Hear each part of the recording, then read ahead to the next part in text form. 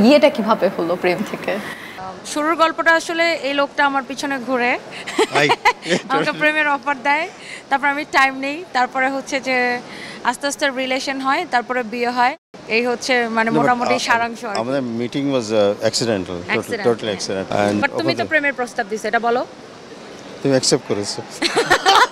আচ্ছা, প্রথমে তাকে দেখে মানে কোন বিষয়টা তার ভালো লেগেছিল বা প্রথম কোন ব্যাপারে আপনি তার প্রেমে পড়েছিলেন?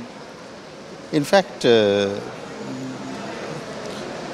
সব কিছুই, তাই না? ওর মানে ওর কনভারসেশন, আমি না না অ্যাকচুয়ালি দ্য ফার্স্ট টাইম আমি যখন দেখা করি ওর সঙ্গে, আর আমার যে কনভারসেশনটা আর আমার কাছে কনভারসেশন করে আমি আই ফিল ভালো লেগেছে, আমার I feel relax, I was comfortable. কথা অনেক পছন্দ করে, লাইক আমি অনেক জলি তো, অল টাইম আমি ফান করি এবং আমি খুব মানে থাকে না যে এত নাটক নাকামি করে কথা বলি না, যেটা ওইটাই।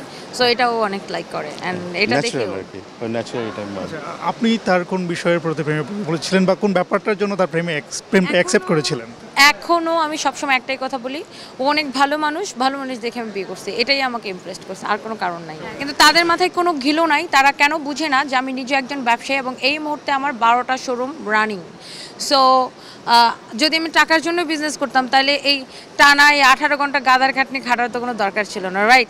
সো যারা বুঝে তারা ঠিকই বুঝে, আর যাদের জীবনে টাকা পয়সা নাই বা যারা জীবনে আনহ্যাপি, যাদের জীবনে কিছু করার নাই, কাজ নাই, বাদাইম্মা, তারা এইসব কথা বলে। আর ভালো মানুষ এসব কথা বলে না।